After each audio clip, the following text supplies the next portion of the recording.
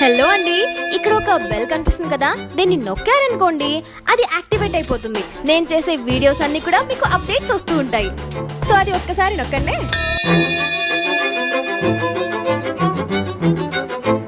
మన power star Pawan Kalyan Kakinada సభకి బాగానే రెస్పాన్స్ వచ్చింది. మన పవర్ స్టార్ కేంద్ర ప్రభుత్వంపై ఫైర్ అయిన విధానం ఆయన ఫ్యాన్స్ ని, ప్రత్యేక హోదా డిమాండ్ చేస్తున్న వారిని ఖుషీ చేసింది.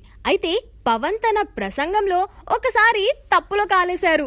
రాయప్రోలు సుబ్బారావు గారు రాసిన ఏ దేశమేగినా ఎందుకాలడినా పొగడరా నీ తల్లి భూమి భారతిని గీతాన్ని ఉటంకించిన పవన్ ఆ గీతం మహాకవి గురజాడ రాశారని చెప్పాడు. స్పీచ్ లో ఇలాంటి పొరపాట్లు కామన్ అయినా కానీ తెలుగు భాష సాహిత్యంపై మంచి ప్రేమ చూపించే పుస్తకాల పురుగు అయిన పవన్ కళ్యాణ్ టంగ్ స్లిప్ అయ్యి అందరినీ ఆశ్చర్యపరిచాడు.